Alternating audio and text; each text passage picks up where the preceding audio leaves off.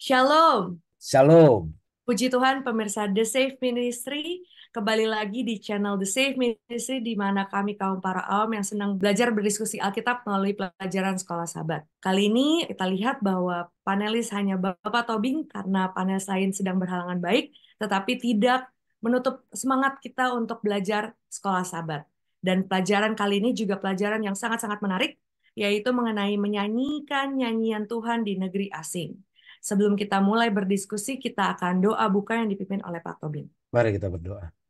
Ya Allah Bapa di sorga, urapilah kami Tuhan dengan Roh Kudus-Mu ketika kami mempelajari firman-Mu melalui pelajaran sekolah Sabat. Agar kami mengerti dan Engkau memberikan kuasa kepada kami untuk menerima Engkau dan melakukan apa yang Engkau kehendaki Tuhan. Dalam nama Yesus kami berdoa. Amin. Amin. Sebelum kita masuk ke pelajaran lebih detail dari hari ke hari, kita akan mendengarkan pelajaran pengantar.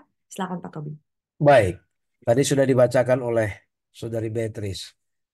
Menyanyikan nyanyian Tuhan di negeri asing. Ya, kita perhatikan satu ayat hafalan yang mewakili pemikiran pelajaran dalam satu minggu ini di Mazmur 137 ayat 4. Bagaimanakah kita menyanyikan nyanyian Tuhan di negeri asing? Ya, ini kalimat ini mengandung banyak arti ya. Bagaimana kita bisa nyanyi nyanyian Tuhan, tapi kita itu bukan di negeri di mana orang-orang itu adalah orang-orang yang mengenal Tuhan. Atau bisa jadi adalah makna lain bagaimana kita tetap memuji Tuhan. Nah, menyanyikan ini kan mewakili ungkapan pujian, penyembahan, ya ucapan syukur. Ketika kita apa? Ketika kita dalam keadaan yang tidak baik-baik saja. Ya, nah nanti kita akan lihat ya di dalam pelajaran satu minggu ini bagaimana ketika dosa semakin merajalela merusak dunia, lama-kelamaan bumi itu menjadi asing seperti seperti negeri asing bagi umat-umat Tuhan. Karena apa? Umat Tuhan, umat Allah yang dipenuhi oleh Roh misalnya ya akan menjadi aneh ya menjadi aneh di dalam satu komunitas yang isinya jahat semua ya. Lalu pelajaran satu minggu ini akhirnya mengajak kita apa? Bagaimana kita bisa menghidupkan iman kita di negeri asing ya. Bagaimana kita bisa mempertahankan keyakinan kita kepada Allah ketika kita apa? Ketika kita di dalam keadaan yang asing, yang tidak biasa bagi kita. Dan bagaimana kita menghidupkan ya iman kita ketika kita merasakan seolah-olah Tuhan tidak hadir di tengah-tengah kita. Demikian Saudara Beatrice sebagai pengantar pelajaran kita. Baik, Pak Tobin. Pemirsa The Safe Ministry, sebagai topik pertama kita adalah mengenai hari-hari jahat. Pak Tobing, apa itu hari-hari jahat dan bagaimana itu sangat berbahaya untuk hubungan kita dengan Tuhan? Hari-hari jahat bahwa dikatakan ya ini di dalam Mazmur 74, 79 ini dari Mazmur Asaf ya. Dan fokus kita juga beberapa Mazmur dalam satu minggu ini adalah Mazmur yang ditulis oleh Asaf. Dia banyak menulis mengenai kehidupan ini, ya mengenai realita dunia yang makin lama kok makin jahat. Ya, itu yang mau ditekankan. Ya, semakin lama semakin jahat. Kalau kita baca di Mazmur 79 ayat 8 dan 9, ya, janganlah perhitungkan kepada kami kesalahan nenek moyang kami. Kiranya rahmat-Mu segera menyongsong kami sebab sudah sangat lemah kami. Tolonglah kami ya Allah penyelamat kami demi kemuliaan namamu. Lepaskanlah kami dan ampunilah dosa kami oleh karena namamu. Jadi ya ini Asaf mengajak kita untuk apa? Untuk mengadukan kepada Tuhan. Tuhan, ya janganlah balaskan ya kesalahan yang dilakukan nenek moyang kami. Karena apa? Kami pun sudah lemah Tuhan. Ya, tolonglah kami Tuhan. Engkaulah penyelamat kami itu dibilangnya. Lepaskan kami Tuhan. Ampuni dosa kami Tuhan. Karena apa? Ya, dia melihat keadaan dunia semakin hari semakin jahat. Ya, semakin hari semakin jahat. Ya, kalau kalau tidak dalam perlindungan Tuhan, ya, kalau tidak dalam perlindungan Tuhan, bagaimana mungkin, ya, bagaimana mungkin umat-umat Tuhan bisa mempertahankan imannya, ya. Di dalam Mazmur 79 juga dikatakan bahwa pemazmur mengakui apa? Dosa-dosa orang-orang merusak hubungan perjanjian dengan Allah, dan membawa semua konsekuensi kepada orang-orang. Jadi pelajaran yang mau kita ambil di sini artinya apa? Hati-hati bahwa dosa yang kita lakukan itu ya bukan hanya membawa akibat kepada kita, tapi itu juga membawa kesusahan kepada orang lain. Itu makanya dikatakan Tuhan, janganlah kau perhitungkan kesalahan nenek moyang kami. Dia menyadari bahwa oleh karena kesalahan nenek moyang itu akhirnya berakibat kepada kita. Nah, oleh karena itu Asaf menekankan bahwa pentingnya campur tangan Allah, pentingnya campur tangan kebaikan Allah untuk apa? Untuk memulihkan ikatan perjanjian kita melalui apa? Pendamaian dosa. Karena pemazmur sudah melihat kalau bukan karena kemurahan Tuhan, ya, kalau bukan karena kemurahan Tuhan, maka akibat-akibat dosa, ya, yang dilakukan nenek moyang kita, yang kita lakukan sendiri itu seharusnya sudah kita terima pada saat ini, dan kita sebenarnya tidak layak lagi. Tapi dia katakan apa? Dia katakan lepaskanlah kami dan ampunilah dosa kami. Oleh karena apa? Oleh karena namamu, ya, oleh karena namamu. Ini satu keyakinan, ya, satu keyakinan Asaf bahwa atas nama Allah, atas nama Yesus, ya, artinya bahwa Asaf mengakui secara teologis bahwa hanya karena Allah lah maka kita dilepaskan, dan hanya Allah lah yang bisa mengampuni kita. Itulah yang diperlukan pada saat hari-hari jahat ini. Bagaimana kita apa? Perlunya mendapatkan pengampunan sehingga apa? Allah bisa memberikan kelepasan bagi kita. Demikian, Saudari Beatrice. Baik, Pak Tobing. Selanjutnya kita akan mempelajari mengenai di pintu kematian. Apa yang dimaksud dengan di pintu kematian di pelajaran kali ini, Pak Tobing? Pemirsa The Saint Ministry, kalau kita baca di Mazmur 41 ayat 2 sampai 5, terutama Mazmur 88, ya. Saya sangat merekomendasikan sekali untuk membaca Mazmur 88 ayat 4 sampai 13. Mazmur 102 ayat 4 sampai 6, 12, 24 dan 25. Apa yang disampaikan di dalam pelajaran ini, ya pemirsa The Safe Ministry, bahwa kita ini perlu mengakui dosa kita. Mengapa perlu mengakui dosa kita? Karena tanpa pengakuan kita tidak akan dapat pengampunan. Lalu pelajaran yang berikut adalah bahwa sebenarnya kita ini apa? Hidup kita ini sudah diambang kematian. Ya, sudah diambang kematian. Hidup kejahatan kita ini sebenarnya, ya, kalau bukan karena kebaikan Tuhan, sebenarnya kita sudah harusnya mati, ya. Tetapi Tuhan memberikan kelepasan bagi kita, ya. Tuhan memberikan satu jaminan bagi kita bahwa Tuhan yang memegang kendali. Mazmur 88 ini menceritakan bagaimana penderitaan Kristus, ya, bagaimana penderitaan Kristus yang sudah mati bagi kita, ya, tetapi apa? Tetapi Allah memberikan kelepasan, ya, Allah memberikan satu jaminan, ya, satu kelepasan, ya. Kalau kita baca misalnya di dalam Mazmur 88, ya, ayat 4. Aku telah dianggap termasuk orang-orang yang turun ke liang kubur. Aku seperti orang yang tidak berkekuatan. Apa maksudnya? Dosa membuat kita seperti orang yang sudah berada di liang kubur. Artinya apa?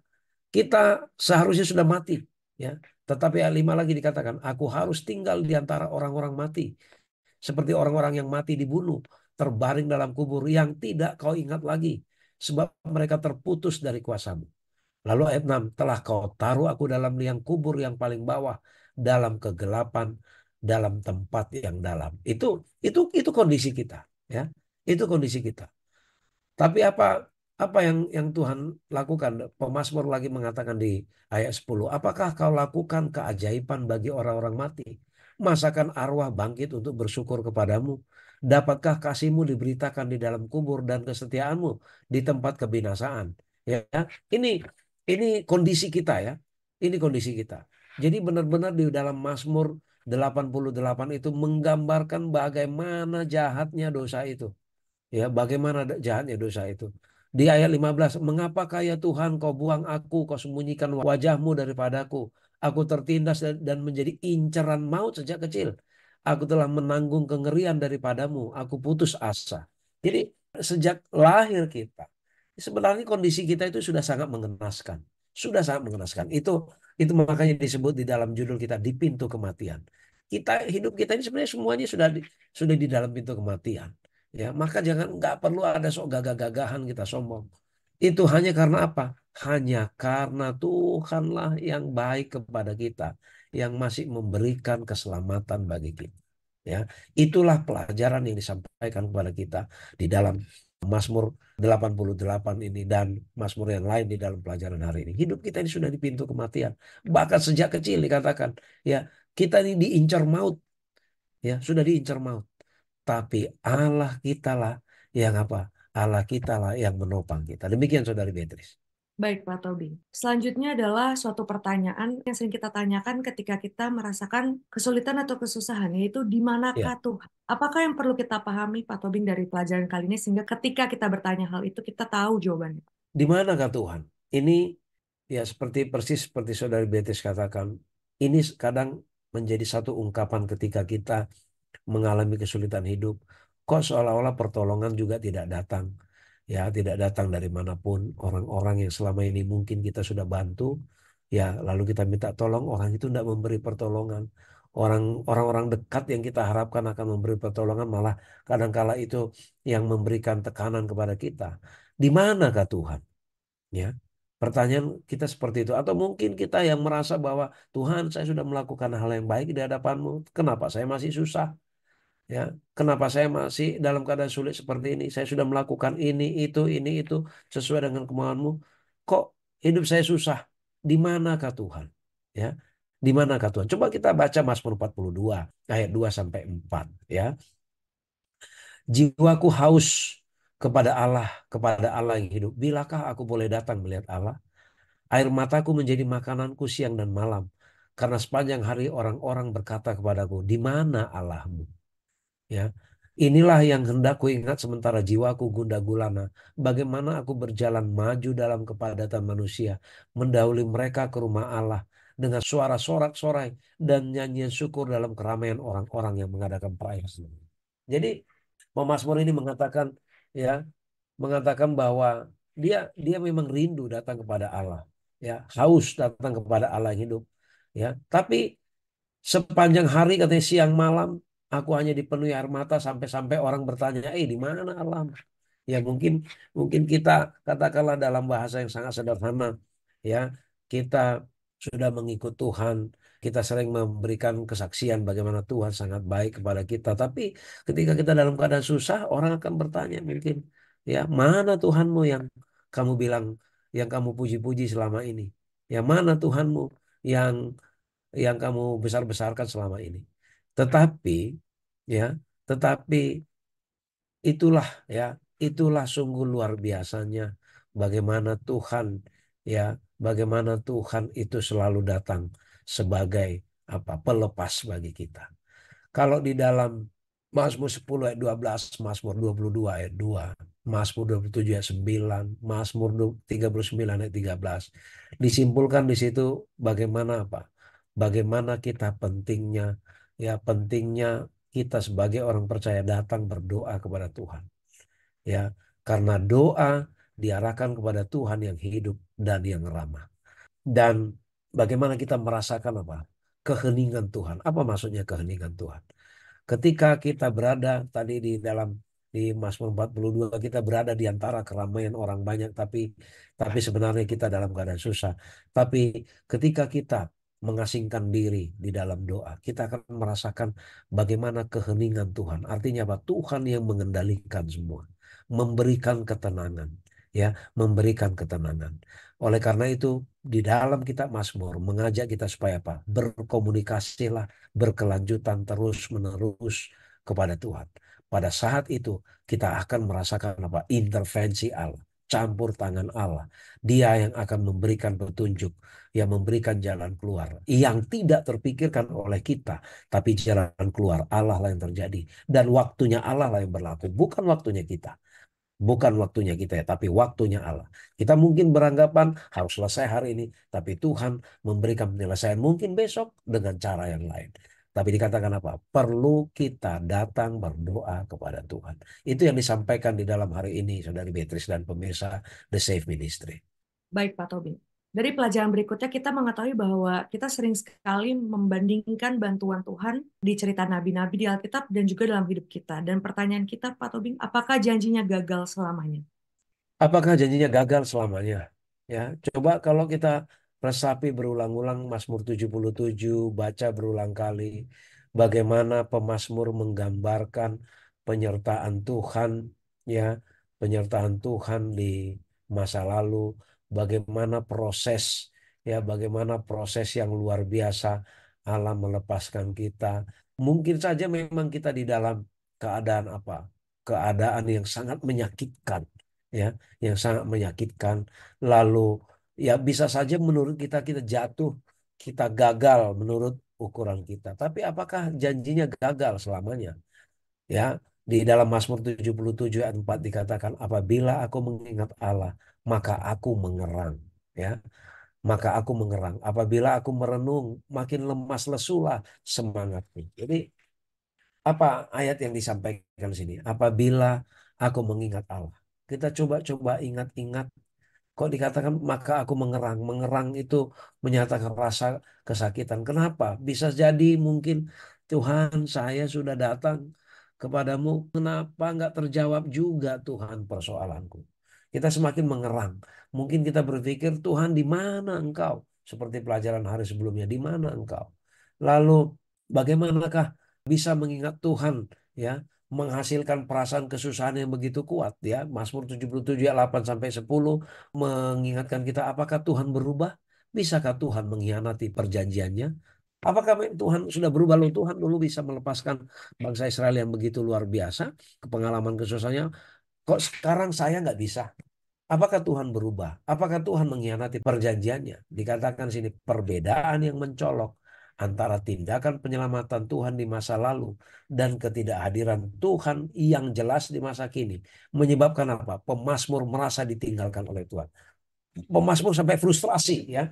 Mazmur Asaf ini, ya, benar-benar dia dia merasakan frustrasi sekali. Ini sepertinya Tuhan, ya, Tuhan sudah jauh dari saya, ya. Tuhan nggak ada ini, ya. Tuhan nggak hadir ini. Itu sudah sampai di level frustrasi sekali, ya. Di level yang sangat-sangat hopeless lah, ya. Orang nggak punya pengharapan sama sekali. Tapi apa? Ya, tapi dikatakan ini, malam tanpa tidur yang panjang menyebabkan pemazmur untuk mempertimbangkan tindakan pembebasan Tuhan masa lalu, tetapi dengan tekad baru. Ketika apa? Ketika kita dalam keadaan susah, ada kalanya memang akhirnya kita tidak bisa tidur. Ya, pada saat kita tidak bisa tidur, kita merenungkan bagaimana Tuhan telah berbuat kepada kita di masa lalu. Demikian juga di dalam sejarah-sejarah yang luar biasa, bagaimana Tuhan melepaskan umatnya. Pada saat itulah muncul apa? Muncul satu tekad baru bahwa Allah sanggup dan Allah tidak pernah gagal dan tidak pernah mengkhianati perjanjiannya. Maka apa? Malah kita menyadari bahwa jejak-jejak yang Tuhan lakukan itu tidak kelihatan. Apa artinya? Apa yang Tuhan lakukan itu bukan seperti, ya, seperti rencana kita. Tuhan, kalau engkau buat dulu kepada orang Israel begini-begini, kenapa saya tidak buat? Oh, tidak seperti itu. Ya, jejak Tuhan tidak kelihatan dalam artian apa? Kita tidak bisa mengukur apa yang Tuhan mau buat. Yang penting apa? Kita mengakui bimbingan Allah, ya. Bahkan dalam situasi di mana kita merasakan Allah tidak hadir, kita merasakan apa? Mengakui bahwa Allah hadir di situ dan pada saat itu Dia akan memberikan kelepasan dengan cara yang misterius. Itulah Allah, ya, Allah yang selalu memenuhi janjinya dan tidak pernah gagal. Demikian, Saudari Beatrice dan pemirsa The Safe Ministry. Pemirsa The Safe Ministry, topik selanjutnya adalah jangan sampai orang benar tergoda. Pak Tobing, apa yang dimaksud dengan tergoda di sini, oleh siapa dan oleh apa? Baik, pemirsa The Same Ministry, ada dua Mazmur yang saya mau tekankan di dalam pelajaran ini. Mazmur 37 dan Mazmur 73. Kita tinggal balik saja angkanya, ya, 37 dan 73. Coba kita resapi, kita baca Mazmur 37 dan 73 ini. Apa intisarinya? Asaf, ya. Asaf curhat kepada Allah. Tuhan, nggak adil Tuhan. Ya, Tuhan, ini nggak adil. Saya sudah baik, saya sudah berbuat benar. Tapi kenapa engkau tempatkan aku di tempat-tempat yang rawan? Ya, bahkan apa dikatakan? Bahkan orang-orang yang fasik mengejek aku Tuhan. Mereka sehat-sehat, gemuk-gemuk. Mereka bahkan dengan congkaknya, dengan sombongnya untuk menunjukkan apa? Menunjukkan kehebatan mereka. Mereka bangga menceritakan kejahatan-kejahatan yang mereka lakukan. Sementara aku Tuhan yang sudah berbuat baik, sudah berbuat benar ini. Kenapa aku masih susah? Kenapa aku begini? Kenapa aku tidak lebih sejahtera dari orang lain? Itulah ungkapan Mazmur Asaf. Kalau katakanlah misalnya dalam analogi saat ini misalnya, Tuhan, kami sudah menurut Engkau Tuhan. Kami sudah mengikuti apa yang Kau minta melalui hukum-hukum-Mu. Kami sudah tidak begini, sudah tidak begini. Kami menyembah Engkau di hari Sabat. Kami membayar persepuluhan. Kami sudah tidak memakan makanan haram. Ya, kami ikuti semua itu Tuhan. Tapi kok orang lain ya lebih sejahtera hidupnya, mereka lebih kuat, bahkan mereka ya mereka bangga, mereka bisa melakukan tindakan-tindakan yang jahat.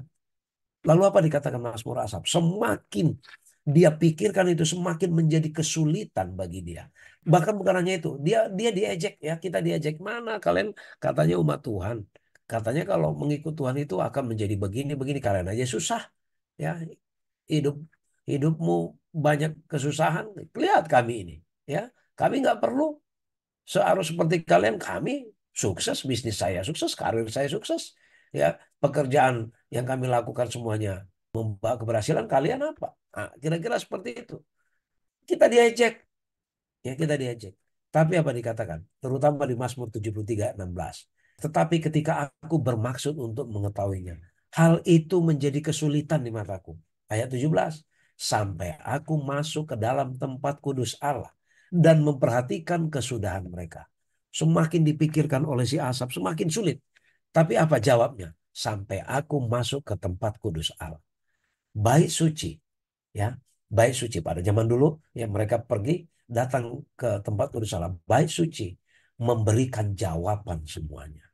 Disitulah ya, disitulah terjawab semua ya kegundahan hati si pemazmur, yaitu Asaf di sini yang melihat kesombongan orang-orang jahat, orang-orang fasik, kecongkakan mereka bahkan mengejek mereka yang sudah melakukan hal-hal yang benar. Apa dikatakan? Sesungguhnya di tempat-tempat licin kau taruh mereka, kau jatuhkan mereka sehingga hancur. Betapa binasa mereka dalam sekejap mata, lenyap habis oleh karena kedahsyatan. Itulah ya ternyata kondisinya. Pemirsa The Safe Ministry. Jangan sampai kita orang yang benar ya kita menjadi tergoda untuk jatuh. Oleh karena apa? Oleh karena kita lihat kok orang lain yang lebih makmur dari kita. Ya, kenapa orang lain lebih hebat, lebih sukses? Mereka ya mereka bebas mengejek kita. Karena apa? Karena kita lemah. Ya, kita kita saja punya banyak masalah. Kita mengatakan kita mengabari jelas. Kalian aja masih susah, masih miskin, masih ini dan segala macam. Tapi ternyata dikatakan ya jawabnya adalah apa? Ayat 17, sampai aku masuk ke dalam tempat kudus Allah. Jadi kuncinya, solusi dari semua kepelikan kesusahan hidup, datanglah ya, datanglah berdoa kepada Tuhan. Bait suci menggambarkan bagaimana proses kelepasan yang Allah berikan. Dan disitulah kita dapat jawabnya. Ketika kita datang kepada kasih karunia itu. Ketika kita datang berdoa kepada Allah. Disitulah jawabnya. Ternyata rawan justru orang-orang yang fasik, yang sombong itu dengan segala kemakmurannya. Rawan mereka. Sering sekali terjadi ya ketika orang-orang fasik dengan kemakmurannya saat ini begitu mengalami goncangan sedikit, langsung frustrasi, depresi, dan bahkan sampai mengalami gangguan jiwa. Tapi umat-umat Tuhan yang mengenal Tuhan, kesulitan apapun, hidupnya tetap dalam keadaan damai. Mungkin kita tidak bisa mengukur dengan pencapaian materi duniawi, tetapi kedamaian hati ada pada orang-orang benar. Jangan sampai orang benar tergoda oleh karena melihat orang fasik lebih makmur, lebih tambun, lebih sukses dari kita. yang menjadi pelajaran hari ini pemirsa The Safe Ministry dan Saudari Beatrice? Baik Pak Tobi, saya rasa kita akan mengakhiri diskusi kita akan mendengarkan kesimpulan oleh Pak Tobi. Simpulan bagi kita dalam 1 minggu ini adalah dunia ini adalah negeri yang asing bagi kita yang mengenal Tuhan. Dan hanyalah beriman kepada Tuhan, maka kita akan dimampukan hidup di negeri asing ini. Hanyalah dengan berimankan kepada Tuhan, kita dimampukan untuk menerima kenyataan, ya, kalaupun terlihat seolah-olah orang jahat itu lebih makmur, lebih berkuasa, lebih punya pengaruh, tetapi sesungguhnya mereka ditempatkan Allah di tempat-tempat yang licin. Oleh karena itu, tidak ada yang perlu kita khawatirkan di negeri asing kalau kita beriman kepada Allah. Kalau kita bergantung kepada Allah, bukan bergantung kepada kemampuan diri kita sendiri. Pemazmur di dalam pelajaran 1 minggu ini sudah menceritakan kepada kita bagaimana sebuah jaminan yang luar biasa. Bahkan ketika hidup kita di dalam liang kubur maut, ya, sebenarnya hidup kita sudah berada di liang kematian, tapi Allah sanggup menyelamatkan kita, memberikan kedamaian hati, ketenteraman, kesejahteraan pikiran yang dimana kita merasakan kehadiran Tuhan. Tuhan sesungguhnya tidak menyembunyikan wajahnya. Tuhan selalu bersama dengan kita. Itulah yang menjadi jaminan kita di negeri asing ini. Kiranya Tuhan memberkati. Terima kasih kepada panelis dan terima kasih pemirsa The Safe Ministry dimanapun berada. Kita berharap pemirsa The Safe Ministry mendapatkan inspirasi baru atas iman kita kepada Tuhan dalam kesesakan dan kesusahan kita. Kita akan tutup dalam doa, saya akan pimpin dalam doa. Bapa kami yang di sorga, pada pelajaran 1 minggu ini kami diingatkan Bapa dalam negeri asing ini, kami untuk selalu berpegang teguh kepadamu ya Bapa. Di hari-hari yang jahat, di ambang kematian, tapi kami selalu menghadapkan wajah kami kepada Engkau. Karena kami percaya seperti Engkau selalu menjaga nabi-nabi terdahulu, Kau juga akan selalu menjaga kehidupan kami. Kami berdoa Bapa, dalam nama Yesus kami berdoa, amin. Sungguh luar biasa berkat dan sukacita yang kita rasakan atas pelajaran kita 1 minggu ini. Di negeri asing ini Tuhan selalu menjaga dan membimbing kita.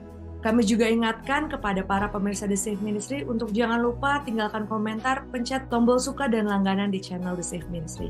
Kami tidak sabar untuk bertemu di pelajaran berikutnya. Tuhan Yesus memberkati. Shalom. Shalom, Tuhan memberkati.